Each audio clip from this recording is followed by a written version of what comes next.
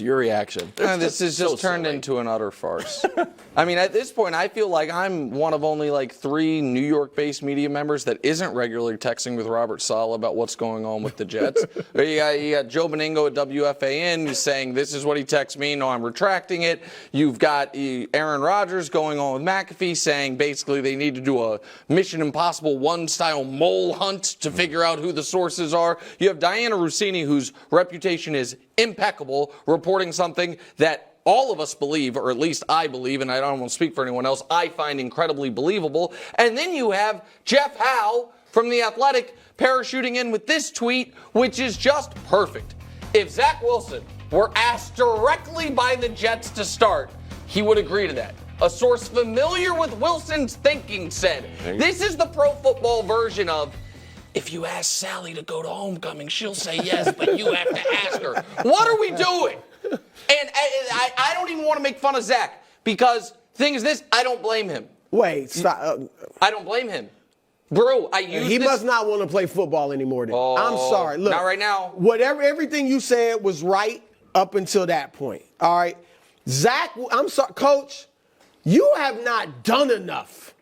You haven't done a fraction of enough as an NFL player to turn down any opportunity to play.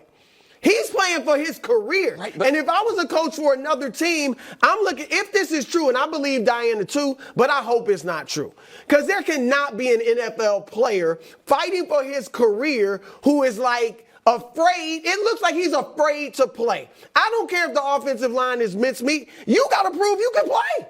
So get out there and play. Your teammates are going out there every day. They're risking injury. And you afraid to play, or you don't want to be scapegoated anymore is the reason we're losing? Man, you better get out there and show that you can play quarterback. He's got no reason whatsoever to act like, nah, thanks, but no thanks. Really? Then there's the door. Not to mention you making, how much is he making? $35 million contract? Yeah, come on, man, please. Yeah, look, I agree that the best way to change the narrative is to go and play and change the narrative. So you can't play poorly and then sit on the bench and have potentially what would be considered a bad attitude and then expect to, even if you're healthy, be picked up by another team. I get that, but I do believe the report is 100% accurate that he doesn't want to play, and I think part of that is probably because of the way they handled it. And we could say because he hasn't played well, you can handle it differently than you handle it with other players, but I don't think that's true. So he was benched last year, and then he came back. And then he was essentially benched again for Aaron Rodgers. Then he was benched again this year, right, for Tim Boyle. And now they're saying they're going to bring him back. And all they're saying in the press conference is he believes he's the best guy. At no point is the head coach saying that he thinks he's the best guy. He's just saying he's the guy that's there. And so I understand his apprehension to go out and be a pincushion again and take a beat down again and all those things. Like, I get that aspect from him. It all just feels terribly and he can't say mishandled. And I get that too, but you got to go play. If you get the opportunity, you got to go play. But this has been handled really I agree with that, and poorly. I agree with a lot of what you said except for this one part of it. I don't know that Zach Wilson's best chance of staying in the NFL as someone's backup quarterback is playing more football for the Jets.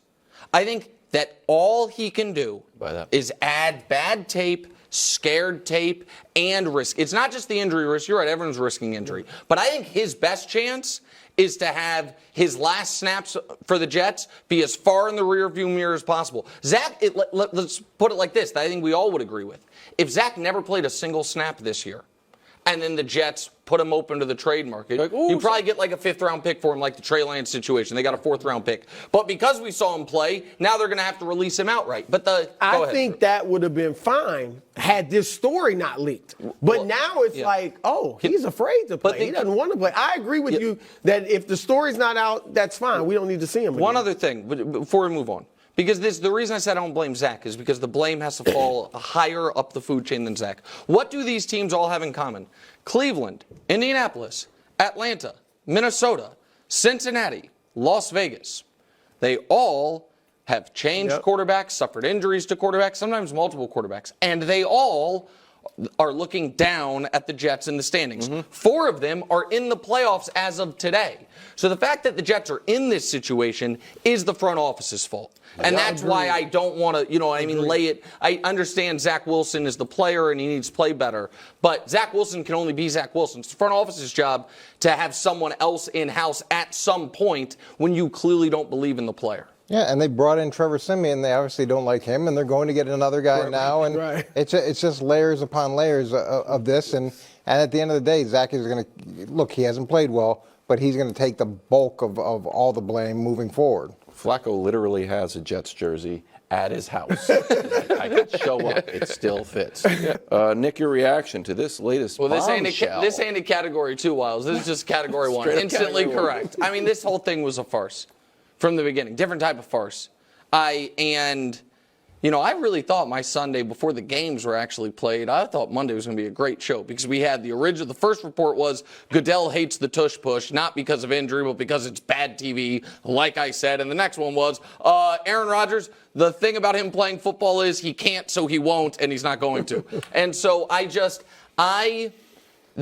a fine line between, okay, everybody knows he can't play, but it's inspirational, and everybody knows he can't play, and so why is this been a storyline every week of our season? You can make an argument for either side of it, that it's good for the team or bad for the team, but I found it honestly ludicrous how many people were taking seriously that Aaron Rodgers was going to play in a professional tackle football game this season. But I think Aaron Rodgers, to some degree, really believed that he had the potential to come back and play. And he's constantly bucking traditional medicine, right? That's his thing.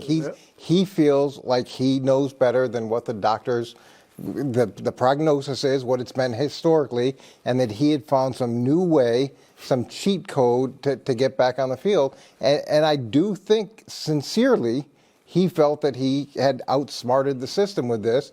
And then, now we are where we are and the season is where it is. So it can end up in this gray area. And he could probably say, well, yeah, I could have come back. I probably could have come back if we were in the playoff hunt. I lean more toward Nick. I do think it was a charade. But I also think it was an inspirational charade. Like, I do think. But, Chris, you don't think that Aaron feels like, I know better than those doctors? I think to some degree, I think some of that's true. But I just think maybe the Jets, for higher ups, thought there's no way this guy's getting back. But let's let him work hard. Because look, even though he won't play again this season, he has really. It's been impressive what he's done. See, to get back, I think he is way ahead of schedule. I don't know. And I think working that hard. That. Well, we haven't seen guys 3 months doing stuff like this. Maybe for a reason. Yes, go Wilds. So you think this is foolish of him? I think him. Do I think he's training harder than Kobe trained when Kobe tore his Achilles? No. That's hard to say. That's what I'm saying. But I'm just saying, again, maybe he's got some stuff going on. But I'm training so hard, man. Kobe trained pretty hard too. But he's on the field. Yeah, but he was doing stuff that you're not supposed to be doing. Exactly. That's the end of the segment. He was doing stuff he wasn't supposed to be doing. Maybe Kirk Cousins could be out there, but the doctor's like, Kirk, what are you doing? Why are you doing that? Put your walking boot on. Yeah, but Kobe also wasn't doing psychedelic drugs in the offseason either. You know what I mean? Thanks for watching. Subscribe here to get more from the show and to check out clips from other shows on FS1.